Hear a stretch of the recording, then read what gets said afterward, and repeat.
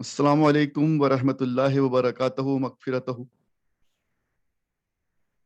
ہمارے دینی مجلس کے سیگمنٹ فرسٹ میں جو ہمارا پہلا سیگمنٹ ہے، اس میں آج ہمارا موضوع نوجوانوں کا فیشن اور اس فیشن کا ان کی دنیا اور آخرت پر کیا اثر ہوتا ہے، کیا اثر ہوگا، اسے ہم قرآن مجید اور حدیث کی روشنی میں، شریعت کی روشنی میں سمجھنے کی کوشش کریں گے۔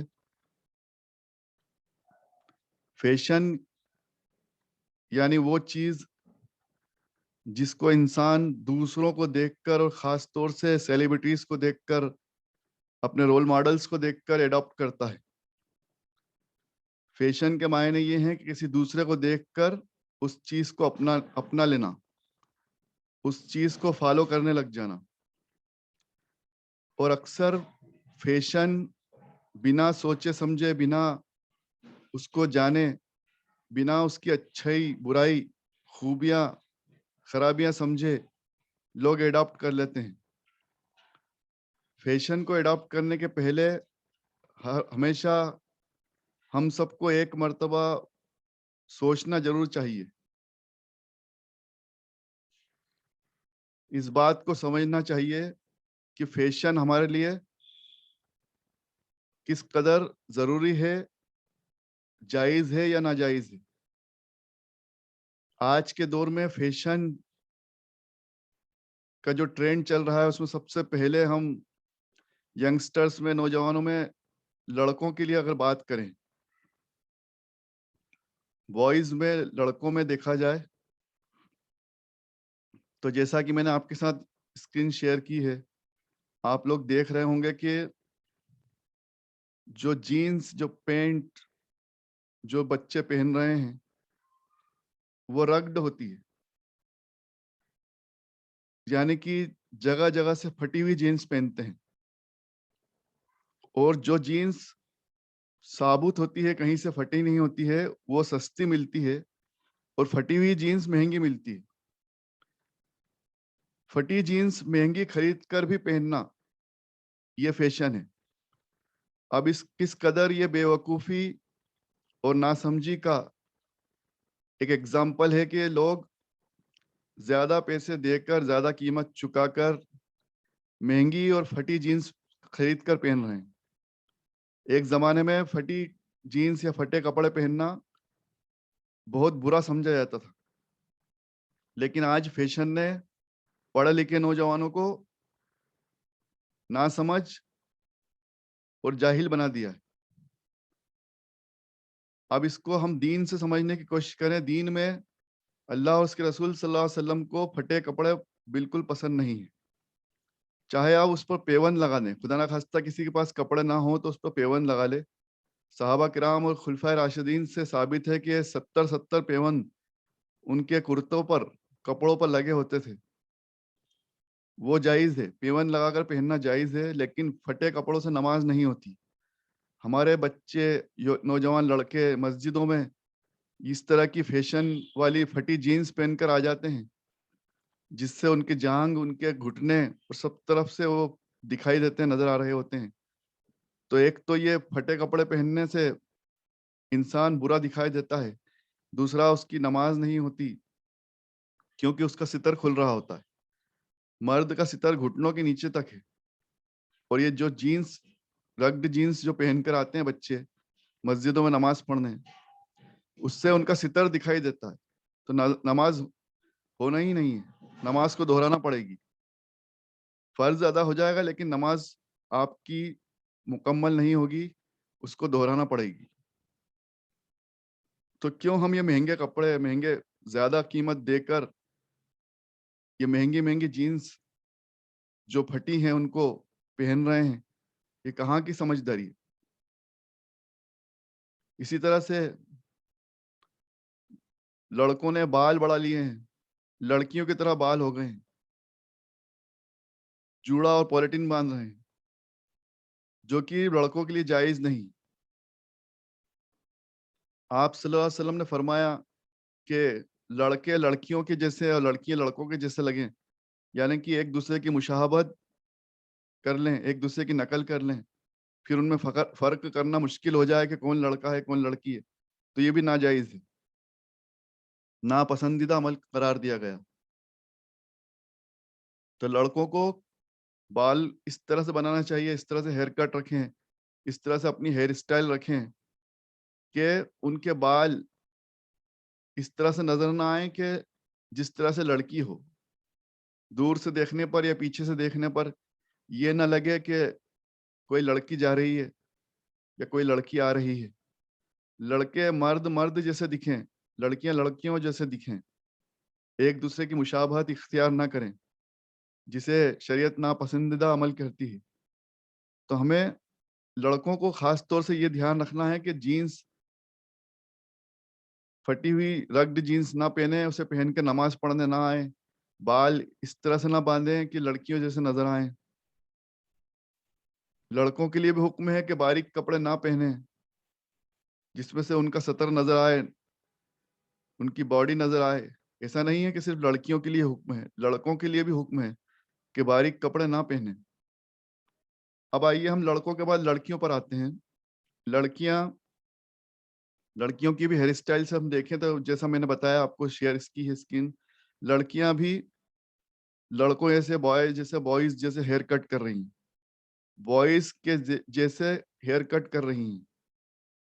ان کو بال چھوٹے کروانے کا شوق ہو گیا ہے, لڑکوں جیسا دکھنا چاہتی ہیں, لڑکوں جیسے کپڑے پہنتی ہیں, باریک کپڑے پہنتی ہیں, جو کہ سب ناجائز ہے. اور خاص طور سے دیکھیں تو چھوٹے اور ٹائٹ کپڑے جو خاص طور سے فیشن کا ایک حصہ بن گئے ہیں, جو کہ جائز نہیں ہے. لڑکوں کے لیے بھی جائز نہیں, لڑکیوں کے لیے بھی جائز نہیں کہ جس میں ان کا بدن دکھے, جس میں بدن کی بناوٹ دکھے, ایسے باریک کپڑے پہننا نہ لڑکوں کے لیے جائز ہے نہ لڑکیوں کے لیے جائز ہے. اور لڑکیاں تو اس میں بہت آگے نکل چکی ہیں. ستر ڈھانکنا, اپنا دوپٹہ صحیح اوڑھنا, انہیں کچھ نہیں پتا. گلے میں دوپٹہ ڈالنا اس طرح سے ڈالنا جس طرح سے غیر اور جو لوگ دین سے دور ہیں وہ لوگ اس کو فالو کر رہے ہیں. ان کو دیکھ کر ایمان والے بچے اور بچیاں بھی اس کو فالو کر رہی ہیں, اسی فیشن کو اڈاپٹ کر رہی ہیں. تو یہ بچوں کو اور بچیوں کو دیکھنا چاہیے, سمجھنا چاہیے کہ ہمیں کس طرح سے رہنا ہے. لڑکیوں کو اپنے ہیئر کٹ کا دھیان رکھنا ہے کہ وہ لڑکی دکھیں, کپڑے اس طرح سے پہنیں کہ وہ نمائش نہ ہو, باریک کپڑے نہ پہنیں, دوپٹہ صحیح طریقے سے اوڑھیں, جہاں جس طرح سے اوڑھنے کا حکم ہے ویسا اوڑھیں. اور سب سے زیادہ خرابی ابھی لیگیز کے نام پر چل رہی ہے دنیا میں. جو فیشن چل رہا ہے لیگیز کا, اسکن ٹائٹ لیگی پہننا, بالکل باریک لیگی پہننا جس میں آپ کا ستر صاف نظر آئے. تو یہ سب چیزیں لڑکے اور لڑکیوں کو سمجھنا چاہیے کہ اس سے دنیا میں بھی خرابی ہے اور آخرت میں بھی خرابی. اب اتنی ساری باتیں کرنے کے بعد آج ہم یہ ضرور سمجھ لیں کہ دنیا میں کیا خرابی. دنیا میں یہ خرابی ہے کہ ہم جن کو فالو کریں گے, جن کو اپنا رول ماڈل بنائیں گے, جن سے محبت کریں گے, آخرت میں انہی کے ساتھ اٹھائے جائیں گے. تو دنیا میں تو خرابی یہ ہے کہ آپ ان کے ساتھ رہ کر ان کے جیسا بن جاؤ گے, ان کی مشابہت اختیار کر لو گے, اور پھر آپ پر فرشتے بھی لعنت بھیجیں گے. آپ کی زندگی میں برکت اٹھ جائے گی, زندگی میں رحمت اٹھ جائے گی اللہ تعالیٰ کی, اللہ تعالیٰ کے ناپسندیدہ بندوں میں شامل ہو جاؤ گے, کامیابی دور ہو جائے گی, مشکلات بڑھ جائیں گی, اور ذلت کا سامنا آپ کو 100% کرنا پڑے گا. پھٹے کپڑے پہننے والے کی کوئی عزت نہیں, کسی بھی انسان کی نظر میں پھٹے اور رگڈ جینس پہننے والے کی کوئی عزت نہیں. آپ کتنے ہی مالدار ہوں, کتنے ہی قیمتی رگڈ جینس خرید کے لائیں, لیکن دیکھنے والا ایک بار ضرور سوچے گا کہ بیچارہ کتنے پھٹے کپڑے پہنا ہوا ہے. یہ ایک سمجھدار انسان کی سوچ میں ضرور آئے گا. آپ کے بال لڑکیوں جیسے ہوں گے تو ایک بار ضرور انسان آپ پر ہنسے گا. لڑکے ہو اگر لڑکیوں جیسے بال ہیں, اور لڑکی ہو اور لڑکوں جیسے بال ہوں, تو ضرور آپ ہنسی کا پاتر بنیں گے. چاہے آپ فیشن پرست بن جائیں, اپنے آپ کو بہت ایڈوانس سمجھیں, ہے نا. تو یہ سب چیزیں, اور آپ کا پھر جو ستر دکھتا ہے, خاص طور سے وہ دنیا کا جو نقصان, جو ستر دکھتا ہے, جو ستر دکھاتا ہے, چاہے لڑکا ہو یا لڑکی ہو, اس کے ساتھ پھر جو غلط اعمال ہوتے ہیں, جو دشکرم ہوتا ہے, جو ریپ کا شکار ہوتے ہیں, وہ ان کی دنیا اور آخرت بھی تباہ ہو جاتی ہے.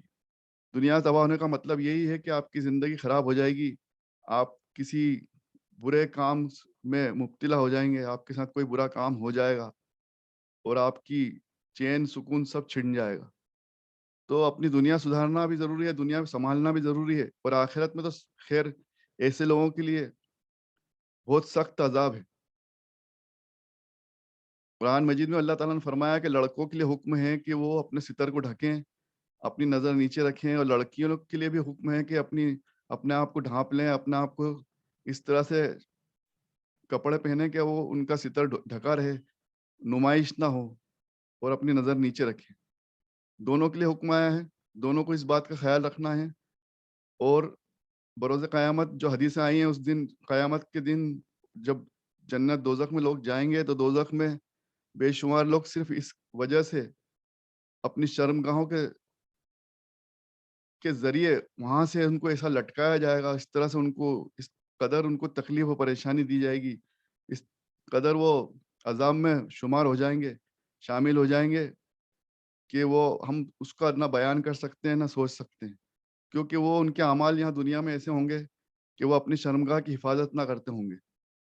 تو شرمگاہ کی حفاظت میں یہ سب چیزیں آ رہی ہیں، ستر ڈھکنا بھی ہے، اپنے آپ کو فیشن سے بچانا بھی ہے، برے کاموں سے بچانا ہے، فیشن کے نام پر ناجائز کاموں سے بچنا ہے، اور نہ خود کے لیے آزمائش بننا ہے، نہ کسی دیکھنے والے کے لیے آزمائش بننا. کیونکہ فیشن پرست انسان خود کی زندگی دنیا تو بگاڑتا ہی ہے، پھر اس پر جس کی نگاہ جاتی ہے، جو انسان اس کو دیکھتا ہے، وہ بھی اس کو دیکھ کر کسی نہ کسی گناہ میں مبتلا ہو جاتا ہے. کہیں نہ کہیں ڈائریکٹلی انڈائریکٹلی وہ بھی اس کو بھی کچھ ڈسٹربنس ضرور محسوس ہوتا ہے، اس کی بھی لائف میں ڈسٹربنس آتا ہے، اس کی بھی نگاہ کے سامنے غلط چیزیں سامنے آتی ہیں، تو وہ بھی کہیں نہ کہیں کچھ گناہ میں وہ شامل ہونے کے اس کے بھی چانسز ہوتے ہیں. کیونکہ ظاہر سی بات ہے کہ آپ کسی چیز کو نمائش کریں گے تو دیکھنے والا اس پر مائل ضرور ہوگا، اس پہ اٹریکٹ ضرور ہوگا.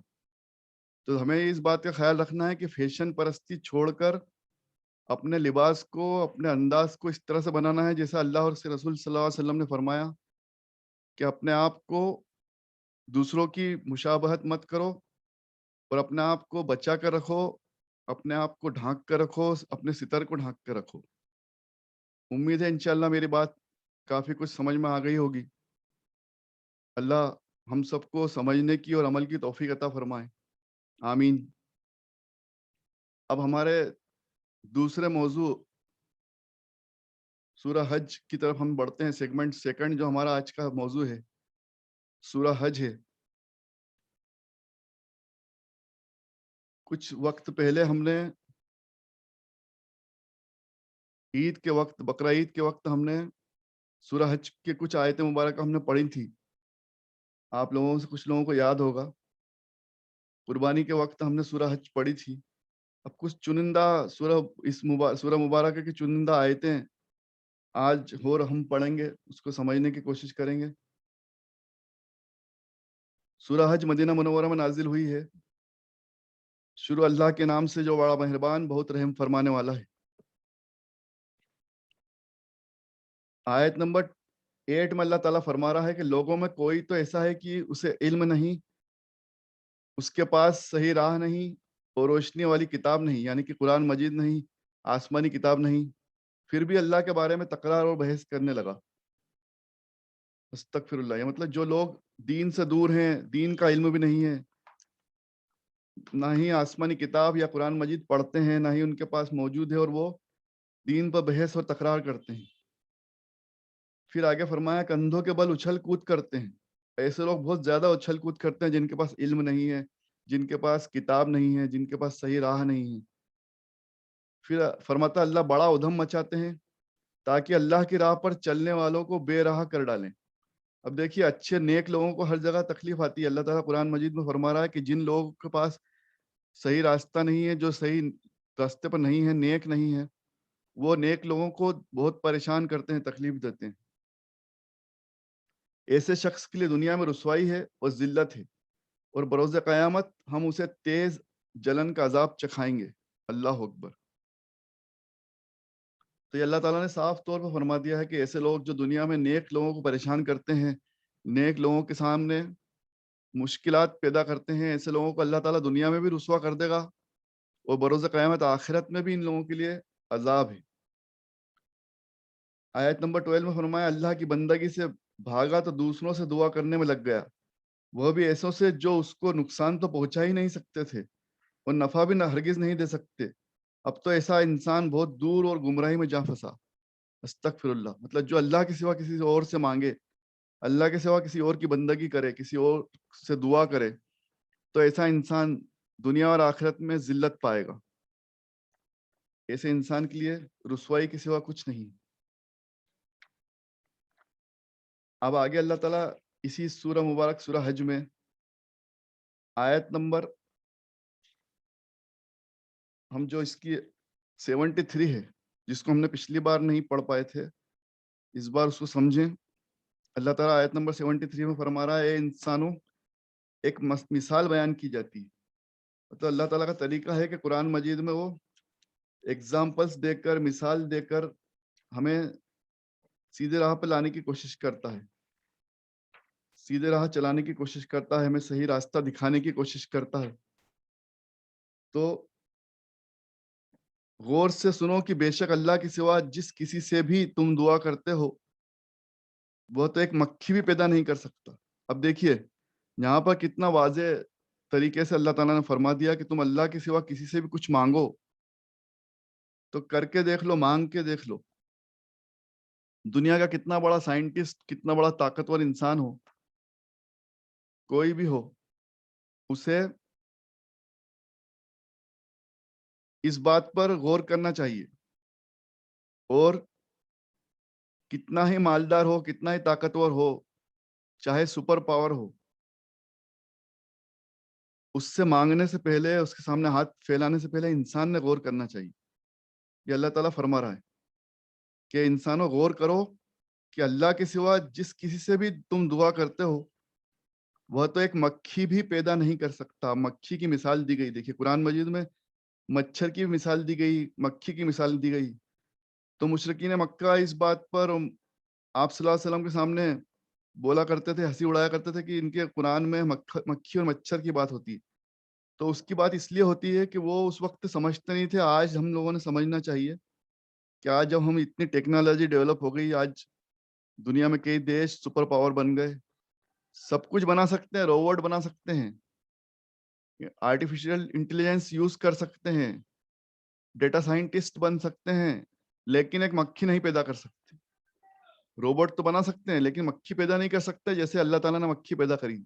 مچھر پیدا نہیں کر سکتے, ہے نا. تو یہ سوچنے والی بات ہے کہ بڑی بڑی عمارتیں بنا سکتے ہیں, میسائلز بنا سکتے ہیں, روبوٹ بنا سکتے ہیں, لیکن ہو بہو جیسی اللہ تعالیٰ نے مکھی بنائی اور مچھر بنائے, آج تک اس قابل نہیں ہوئے کہ مکھی پیدا کر دیں. اور اگر مکھی پیدا کر بھی لی اگر وہ آرٹیفیشل, تو وہ یہ نہیں لا پائیں گے اس میں, جیسا کہ حدیث مبارکہ صحیح بخاری کی حدیث میں ہم نے پڑھا ہے پہلے بھی, وہ مجھے یاد آ رہی ہے کہ صحیح بخاری کی ایک حدیث ہے جس میں اللہ کے رسول صلی اللہ علیہ وآلہ وسلم نے فرمایا کہ جب کسی برتن میں مکھی ڈوب جائے, گر جائے, اور تمہیں اس برتن کا کھانا کھانا ہو, ضروری ہو کہ اسے کھانا ہے, یہ تمہیں اس کو استعمال کرنا ہے, تو اللہ تعالیٰ کا ایک معجزہ ہے, اس میں بھی ایک خوبی ہے کہ مکھی کے ایک پر میں خرابی ہے یعنی کہ بیکٹیریا ہے, تو دوسرے پر میں شفا رکھی اللہ تعالیٰ نے. یہ بات سمجھنا, یہ ایمان والوں کو یہ بات پتہ ہونا چاہیے, سب کو پتہ ہونا چاہیے کہ یہ اللہ کا کرشمہ, اللہ کی قدرت سب کو پتہ ہونا چاہیے. اور یہ آپ کے لیے ڈیبیٹ کا بھی ایک حصہ ہو سکتی ہے کہ انسان کی بنائی ہوئی مکھی جس دن خدا نخواستہ انسان نے بنا بھی لی, اگر مکھی دکھانے کے لیے کوئی نقلی مکھی بنا بھی دی قرآن کو جواب دینے کے حساب سے, استغفر اللہ اعوذ باللہ, کہ چلو ہم نے روبوٹ بنایا, ہم نے مکھی بنا دی, تو مکھی میں وہ خوبی نہیں لا پائیں گے وہ جو اللہ تعالیٰ نے اوریجنل مکھی میں رکھی ہے. کہ آپ صلی اللہ علیہ وسلم نے فرمایا کہ جب مکھی گر جائے, جب مکھی کھانے پینے میں گر جائے, آپ کے برتن میں مکھی گر جائے, تو اس کے مکھی کے ایک پر میں بیماری ہے تو دوسرے پر میں شفا ہے, تو اس کو اپنے ہاتھ سے انگلی سے پوری طرح سے ڈبا دو, اگر وہ پوری طرح سے ڈوبی نہ ہو تو اسے ڈبا دو, تاکہ اللہ تعالیٰ نے جو اس میں بیماری رکھی ہے اس کے دوسرے پر سے اسی کی شفا ہو جائے اور وہ بیماری ختم ہو جائے. تو یہ معجزہ، یہ بھی اللہ تعالیٰ کی قدرت ہے کہ اللہ تعالیٰ نے مکھی بھی پیدا کری تو اس میں ایک طرف بیماری ایک پر میں ہے تو دوسری پر میں شفا ہے. اب یہ جو حدیث پڑھتے ہیں، جو حدیث سمجھتے ہیں، جو علم لیتے ہیں، انہیں بات پتہ ہے، اس بات کو سمجھتے ہیں اور اللہ کی اس قدرت کو پہچانتے ہیں. تو اس لیے ہمیں دین کے قریب رہنا چاہیے، دین سیکھتے رہنا چاہیے، سمجھتے رہنا چاہیے، پڑھتے رہنا چاہیے تاکہ دین کی خوبیاں ہمیں پتہ چلیں. تو یہ حدیث مبارکہ سے پتہ چلا کہ مکھی کے ایک پر میں بیماری ہے، دوسرے پر میں شفا ہے. تو یہاں اللہ تعالیٰ چیلنج دے رہا کہ اگر تم ایک مکھی بھی پیدا نہیں کر سکتے اور اگر تم سب جمع ہو جاؤ، سب کے سب مل جاؤ اور مکھی پیدا کرنا چاہو تو بھی نہیں کر سکتے، اور مکھی ان میں سے کوئی چیز چھین جھپٹ کے لے جائے تو اس سے چھڑا بھی نہیں سکتے. اب دیکھیے مکھی کتنی باریک ہوتی ہے، اس کے پر کتنے باریک اور اس کے ہاتھ پیر کتنے باریک کہ ہمیں پتہ نہیں چلے کہ وہ ہمارے پاس سے کیا لے گئی.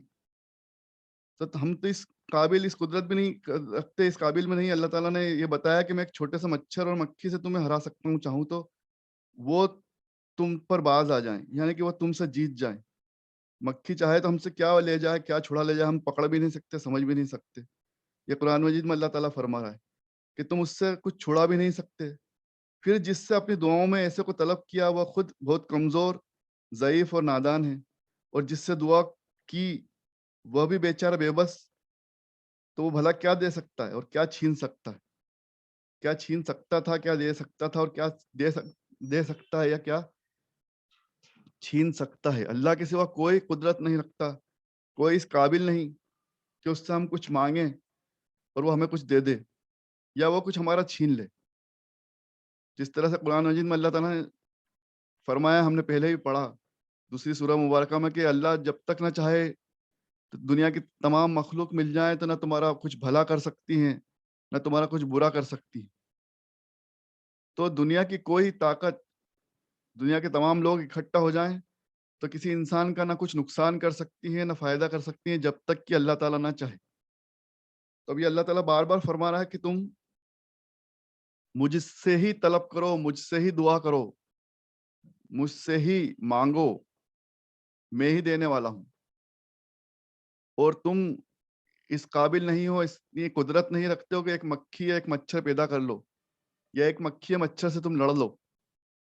جس طرح سے میں نے ابھی آپ کے سامنے حدیث بیان کی تھی کہ صحیح بخاری میں ہم نے پڑھا کہ مکھی کے ایک پر میں بیماری ہے، ایک پر میں شفا ہے. تو یہ اللہ تعالیٰ کی قدرت ہے. انسان میں اتنی قوت نہیں، اتنی طاقت نہیں کہ مکھی بنا لے، اور مکھی بنا بھی لے تو ایک پر میں بیماری دے دے، ایک پر میں شفا دے دے. اس قدر نہ سائنٹسٹ قابل ہیں، نہ کوئی ٹیکنالوجی بن پائی. تو یہ اللہ کی قدرت ہے. یہ اللہ تعالیٰ نے ایسی چھوٹی چھوٹی مثالیں دے کر قرآن مجید میں انسان کو آگاہ کیا ہے، سوچنے پر مجبور کیا ہے. اور مشرکین مکہ اس وقت اس کو سمجھتے نہیں تھے، اس لیے آپ صلی اللہ علیہ وسلم سے سوال جواب کرتے، ہنسی اڑاتے، نعوذ باللہ استغفر اللہ، کیونکہ ان کی اتنی قوت نہیں تھی سمجھنے کی، اتنی ان میں عقل نہیں تھی. تو آج کا انسان تو اس بات کو ضرور سمجھ سکتا ہے ٹیکنالوجی دیکھنے کے اور سمجھنے کے بعد کہ ہم آج بھی کس قابل ہوئے ہیں اور ہم کیا کر سکتے ہیں. کیونکہ آج سائنس اپنے عروج پر ہے، پھر بھی اللہ کی نشانیوں کی برابری نہیں کر سکتا. پھر آگے آیت نمبر 75 میں فرمایا، فرشتوں اور انسانوں میں سے اللہ جسے چاہے اپنا پیغام پہنچانے کے لیے چن لیتا ہے. اللہ خوب سننے والا، خوب دیکھنے والا ہے. سبحان اللہ. مطلب اللہ تعالیٰ قرآن مجید میں یہ فرما رہا ہے کہ اللہ تعالیٰ جس سے چاہے اپنے دین کا کام لے لیتا ہے. کیا فرما رہا ہے 75 میں؟ فرشتوں اور انسانوں میں سے اللہ جسے چاہے اپنا پیغام پہنچانے کے لیے چن لیتا ہے. اللہ خوب سننے والا اور خوب دیکھنے والا ہے. یعنی کہ اللہ تعالیٰ جس سے چاہے وہ فرشتوں کے ذریعے اپنے دین کا کام لے لے، چاہے انسانوں کے ذریعے اپنے دین کا کام لے لے اور اپنا پیغام پہنچا دیتا ہے. تو یہ ایک اللہ تعالیٰ نے یہ بھی ایک بات بیان کی ہمارے لیے، یہ واضح کر دی، ہمیں اس کا خلاصہ کر دیا کہ اللہ کے دین کو پہنچانا، دین پھیلانے کا کام اللہ خود اپنے دست قدرت میں رکھتا ہے. وہ جس سے چاہتا ہے اس سے اپنے دین کا کام لے لیتا ہے. نہ اس کے دین کی بات کو کوئی روک سکتا ہے، نہ کوئی آگے بڑھا سکتا ہے. سب کچھ قدرت رکھنے والا اللہ تعالیٰ خود ہے. تو اللہ تعالیٰ ہم سب کو بھی دین کی محنت کرنے کی، دین کی کوشش کرنے کی، دین پھیلانے کی توفیق عطا فرمائے اور ہم سب گناہگاروں کو بھی اس نیک کام کے لیے چن لے، اور ہم سب، آپ سب، میں، آپ اور ہم سب مل کر اللہ کے دین کو سیکھیں اور آگے بڑھائیں، اور اللہ تعالیٰ کے دین کے ایمبیسڈر بن جائیں، برانڈ ایمبیسڈر بن جائیں۔ ہم سب کو کوشش کرنا ہے کہ اپنے اعمال سے، اپنی گفتار سے، اپنے کردار سے دین کو پھیلانے والے بن جائیں، اور اسی مقصد سے ہم دینی گروپ اور دینی مجلس چلاتے ہیں، اس کو کنڈکٹ کرتے ہیں کہ ہمیں اسی مقصد کو پورا کرنا ہے جو اللہ تعالیٰ ہم سے چاہ رہا ہے، کہ ہم سب کو دین کا ایمبیسڈر بننا ہے، دین پھیلانے والے بننا ہے، دین سیکھنے والے، دین پر عمل کرنے والے اور دین پھیلانے والے۔ اللہ تعالیٰ ہم سب کو قبول اور مقبول فرمائے، آمین۔ پھر آیت نمبر 77 میں فرمایا، اے ایمان والو، رکوع میں جھک جاؤ، سجدہ کرتے رہو، اپنے رب کی بندگی میں لگے رہو۔ اب اس طرح سے اللہ تعالیٰ نے جگہ جگہ واضح طور پر فرمایا ہے، کئی جگہ اللہ تعالیٰ نے نماز کا حکم دیا ہے، صلات کا حکم دیا ہے، لیکن کچھ لوگ جو باغی ہیں، جو بدبخت ہیں، وہ کہتے ہیں کہ قرآن میں کہاں آیا نماز پڑھنے کا؟ قرآن میں تو نماز کا کوئی حکم نہیں ہے۔ اصل میں در حقیقت اللہ تعالیٰ نے ان کے دلوں پر مہر لگا دی ہے، جیسے ہم نے قرآن میں پڑھا کہ اللہ نے فرمایا کہ ہم نے ان کے دلوں پر مہر لگا دی ہے، ان کے کان بند کر دیے ہیں، ان کی آنکھیں بند کر دی ہیں، انہیں نہ کچھ حق دکھائی دیتا ہے، نہ حق سنائی دیتا ہے، نہ حق کو وہ سمجھتے ہیں۔ تو وہ ان کے لیے مجھے یاد آیا کہ کچھ لوگ جو بار بار سوال اٹھاتے ہیں، ڈیبیٹ کرتے ہیں کہ نماز کا تو حکم نہیں ہے، نماز نام کا کوئی لفظ نہیں ہے قرآن مجید میں، تو ان کے لیے کئی مرتبہ آتا ہے۔ تو آج مجھے یاد آیا کہ یہاں پر بھی آیا ہے، اس کو آپ سمجھ لیں ہم سب اور سیکھ لیں، جو لوگ کہتے ہیں کہ نماز کا کوئی حکم نہیں ہے قرآن مجید میں۔ قرآن مجید کی سورہ حج کی ایک مرتبہ اور پڑھ دوں، سورہ حج کی آیت نمبر 77 میں اللہ تعالیٰ فرما رہا ہے، اے ایمان والوں، رکوع میں جھک جاؤ۔ رکوع میں کب جھکتا ہے انسان؟ نماز میں ہی جھکے گا نا۔ رکوع میں صاف طور پر لکھا ہے، رکوع میں جھک جاؤ، سجدہ کرتے رہو، اپنے رب کی بندگی میں لگے رہو، اور بھلائی کے کام کیا کرو تاکہ تم کامیاب ہو جاؤ۔ سبحان اللہ۔ مطلب نماز میں فلاح ہے، بھلائی ہے، کامیابی ہے۔ تو انسان کو اللہ تعالیٰ نے صاف طور پر فرما دیا ہے کہ تم اللہ تعالیٰ کی عبادت کرو، جھک جاؤ، سجدہ کرو۔ اب یہ صاف طور پر نماز ہی ہے جس کا حکم اللہ تعالیٰ قرآن مجید میں دے رہا ہے۔ تو ہمیں دین سیکھنا ہے، دین پر عمل کرنا ہے، دین کو پھیلانا ہے، اور نماز پڑھتے رہنا ہے، نماز بھی پڑھتے رہنا ہے۔ تو یہی اللہ تعالیٰ ہم سے چاہ رہا ہے، ہم لوگوں کے لیے حکم ہے، اور اللہ تعالیٰ ہم سب کو اس پر عمل کرنے کی توفیق عطا فرمائے، آمین یا رب العالمین۔ وآخر الدعوانا ان الحمد للہ رب العالمین۔ اللہ تعالیٰ ہم سب کو کہنے سننے سے زیادہ عمل کی توفیق عطا فرمائے، جو کچھ غلطی ہو گئی ہو تو اسے معاف فرمائے، اور اللہ تعالیٰ ہم سب کو، جیسا میں نے سیگمنٹ فرسٹ میں ہمارے دینی مجلس کے فرسٹ پارٹ میں فرمایا، وہ کہا، آپ سے گزارش کی، اور اللہ تعالیٰ اور اس کے رسول نے فرمایا کہ ہمیں فیشن سے، یعنی کہ ایسے لباس سے، ایسے انداز سے، ایسے اعمال سے بچنا ہے جس سے ہمارا ستر کھلے، ستر دکھائی دے۔ وہ ستر ہمارا کھلنے، ستر کھولنا ہمارے لیے بھی گناہ کا باعث ہے، ہمارے لیے بھی دنیا میں ذلت ہے اور آخرت میں عذاب ہے، اور جس کو ہم ستر دکھائیں گے اس بیچارے کے لیے بھی وہ مشکل کا سامان بن جاتا ہے، اس کے لیے بھی آزمائش ہو جاتی ہے، اس کے لیے فتنہ بن جاتا ہے۔ کہ اللہ تعالیٰ ہم کو ستر ڈھانکنے کی توفیق عطا فرمائے، ہمیں خود کے لیے اور دوسروں کے لیے فتنہ اور آزمائش بننے سے بچائے، آمین۔ تو ہمیں فیشن سے بچنا ہے، اور دوسرا، جیسا کہ ہمارا دوسرا سیگمنٹ سورہ حج میں اللہ تعالیٰ نے فرمایا ہے کہ ہمیں ایک اللہ کی عبادت کرنا ہے، اللہ تعالیٰ سے دعا کرنا ہے، اللہ ہی سے مانگنا ہے، اور اللہ کے نیک بندوں میں شمار ہونا ہے، دین سیکھنا ہے، دین پھیلانا ہے۔ اللہ چاہے جس سے چاہے، جیسے کہ اللہ نے فرمایا کہ میں جس انسان سے، جس فرشتے سے چاہوں دین کا کام لے لوں، تو اللہ تعالیٰ اس میں ہمیں شمار عطا فرمائے، آمین۔ اور ہم سب کو نماز کا جیسا اللہ تعالیٰ نے حکم دیا ہے، سجدہ کرتے رہنا ہے، نماز سے جڑے رہنا ہے، نماز سے دور نہیں ہونا ہے۔ اللہ تعالیٰ ہم سب کو عمل کی توفیق عطا فرمائے، آمین یا رب العالمین۔ اللہ تعالیٰ ہم سب کی ٹوٹی پھوٹی نیکی کو، اس کوشش کو قبول اور مقبول فرمائے۔ اللہ تعالیٰ اپنے رحم و کرم کے صدقے اور طفیل میں اللہ تعالیٰ اپنے حبیب نبی کریم صلی اللہ علیہ وسلم کے صدقے طفیل میں ہم سب کی تمام دعاؤں کو قبول اور مقبول فرمائے، اور ہماری اس نیکی کو ہمارے لیے، ہم سب کے لیے، ہمارے گھر والوں کے لیے، ہمارے والدین کے لیے، تمام مرحومین کے لیے وسیلہ بنا دے۔ آمین یا رب العالمین۔ اللہ تعالیٰ تمام امت مسلمہ کو، ہم سب کو، ہمارے گھر والوں کو جنت الفردوس عطا فرمائے، آمین۔ اللہ تعالیٰ تمام بیماروں کو شفا، تندرستی اور صحتیاب عطا فرمائے، سب پہ رحم و کرم کا معاملہ عطا فرمائے، صحیح علاج عطا فرمائے، تندرستی عطا فرمائے، طاقت عطا فرمائے۔ اللہ تعالیٰ ہم سب کو دنیا اور آخرت کی تمام بھلائیاں، رحمتیں، نعمتیں، برکتیں، عظمتیں، عافیت عطا فرمائے، آمین یا رب العالمین۔ ہم سب کو دین پر چلنے والا، نیکی کرنے والا، ایک اور نیک بنا دے، آسانی عطا فرما دے، دین پر چلنا آسان عطا فرما دے، ایمان والی زندگی اور ایمان والی موت نصیب عطا فرما دے، آمین۔ دنیا آخرت کی تمام کامیابی عطا فرما دے۔ جس نے جو جائز تمنائیں ہیں، جس نے جو دعا کے لیے کہا ہے، اللہ تعالیٰ سب کی دعاؤں کو، تمام بہن بھائیوں کی دعاؤں کو قبول اور مقبول فرمائے، سب کی دعاؤں کو اللہ تعالیٰ قبول و مقبول فرمائے اپنے رحم و کرم سے، اور نبی کریم صلی اللہ علیہ وسلم کے صدقے طفیل میں ہم سب کی تمام حاجتوں کو پورا فرمائے، تمام دعاؤں کو قبول فرمائے، ہم سب کی تمام مشکلات کو دور فرمائے، ہم سب کو تندرستی عطا فرمائے، آمین یا رب العالمین۔ اللہم صلی علی سیدنا مولانا محمد وعلی آل سیدنا مولانا محمد وبارک وسلم۔ ربنا آتنا فی الدنیا حسنۃ وفی الآخرۃ حسنۃ وقینا عذاب النار۔ شکریہ، اللہ حافظ۔